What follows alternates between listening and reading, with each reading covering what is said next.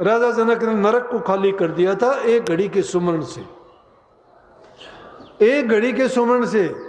और जिस प्रकार से वशिष्ठ जी ने थोड़े से सत्संग के प्रताप से पृथ्वी को रोक दिया था, विश्वामित्र से नहीं रुकी।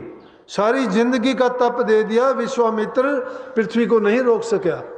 शेषनाग ने एक बार दी थी, नीचे की ओर जाने लगी, कहने लगे ऋषि जी रोको इसको, क्योंकि विश्वामित्र और वशिष्ठ जी की एक बार आपस में बहस छिड़ गई थी। विश्वामित्र राज को छोड़ के ऋषि बना था, इसलिए वशिष्ठ जी उसको हमेशा राज ऋषि कहते थे, कभी भी उसको ब्रह्म ऋषि नहीं कहा।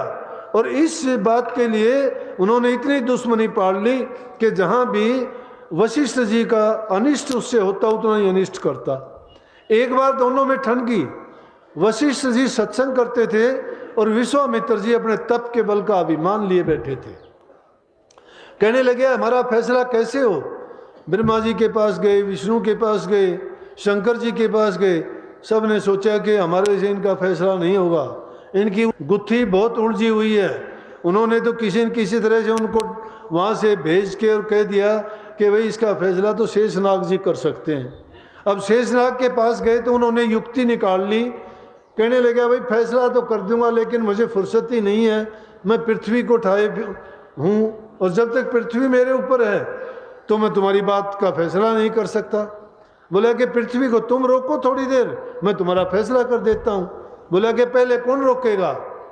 अभिमानी आदमी पहले जाता है, दुर्योधन अभिमानी था, सबसे पहले कूद के पड़ा कि पहले वचन मैं लूंगा। विश्वामित्र भी कहने लगा कि ला मैं रोकता हूं, क्या है पृथ्वी। बोला कि रोक। शेषनाग जी ने उनको दी और विश्वामित्र जी कहने लगे कि मैं मेरा इतने दिन का तप देता हूं, नहीं रुकी। बोला विश्वामित्र जी रोको। बोला कि मैं आधा तप देता हूं, उससे भी नहीं रुकी। बोला सारा तप देता हूं मेरा, तब भी नहीं रुकी। बोला ला दे दे मेरे को। शेषनाग जी ने वापिस ले ली। कहने लगे वशिष्ठ जी आप रोको, मैं फिर फैसला करूंगा। वशिष्ठ जी कहने लगे भाई मैं तो एक घड़ी का सत्संग देता हूं, पृथ्वी रुक जा। पृथ्वी वहीं पे रुक गई, ये सत्संग की महिमा है। पृथ्वी रुक गई। बोला कि जाओ भाई। विश्वामित्र जी बोले कि आपने कही थी फैसला करूंगा, करो। बोला फैसला तो हो गया, मैं क्या करूंगा, फैसला अपने आप हो गया। तेरे से पृथ्वी रुकी नहीं, सारा तप का जो महत्व था या फल था तेरे को मिला था वो दे दिया, नहीं रुकी। इन्होंने एक घड़ी के सत्संग का फल दे के इसको रोक दिया। तो सत्संग और नाम में वो ताकत है, लेकिन हम समझते नहीं है। नाम का तो हम सुमरण तक करना नहीं जानते। अगर सच्चे मन से सत्संग में आते हो, अरे सत्संग में आते हो बुराइयां छूटती नहीं है। यहाँ आने के बाद भी निंदा चुगली वो ढूंढते हैं चीज के किस तरह से मैं क्या कहूँ। कहते तेरे बारे में ये कहता था, उसको तू ये कहता है, वो तेरा ये करता है। ये बातें करने के लिए तुम सत्संगों में आते हो। हमारा उपदेश और हमारी शिक्षा ये नहीं है।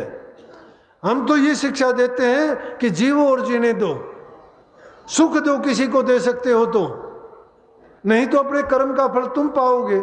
हमारा फर्ज है कहने का, चेताने का और आपको शिक्षा देने का। अगर नहीं मानोगे तो कर्म तो आपने ही भोगना, मैं तो नहीं भोगूंगा ना। मैं तो वो भोगूंगा जो मैं करूंगा। अगर मैं बुरा करूंगा तो मुझे भी बुरा फल मिलेगा, अच्छा करूंगा अच्छा मिलेगा। लेकिन ये तो गुरु की ड्यूटी बजाता हूं, उन्होंने ये कर्तव्य दिया था वो करता हूं। लुटेरे बन जाते हैं, पाखंडी बन जाते हैं, घर घर भीख मांगनी शुरू कर देते हैं। नाम भीख मंगाता है क्या, नाम तो बादशाह बनाता है।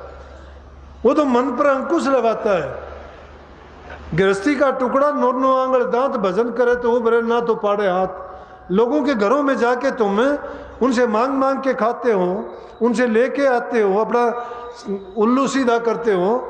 क्या कहिए कि गृहस्थी का टुकड़ा, गृहस्थी ने अपनी जो मेहनत करके कमा के और जो तुम्हें दे दिया है, वो समझो कि उसमें कितनी ताकत है। उसने अपना खून को पसीना बना के बहा के, और जब उसने वो कमाया हुआ तेरे को दिया है, तू उसको अगर खाता है और तेरे पास भजन की ताकत नहीं है, तू प्रभु को एक मिनट याद नहीं करता है, ठगी बग्गी से खाता है, तो नरकों में जाओगे, नरकों में जाओगे, कोई नहीं बचा सकता। इसलिए अपनी हक हलाल की कमाई खाओ, ईमानदारी की खाओ, सच्चाई का जीवन जियो। दूसरे को धोखे में देके कोई लूट खसूट का काम मत करो। अगर करते हो तो किसी का अच्छा करो, भला करो। तुम किसी का भला करोगे तुम्हारा भी भला होगा। कुदरत का नियम है, अगर तुम थोड़ा सा सुख किसी को दोगे आपको उसके बदले में 1000 गुना मिलेगा। कुदरत का नियम कहता है कि जो करता है वो भरता है, जो देता है वो लेता है, जो नहीं देता नहीं करता उसको करना भरना भी कुछ नहीं होता।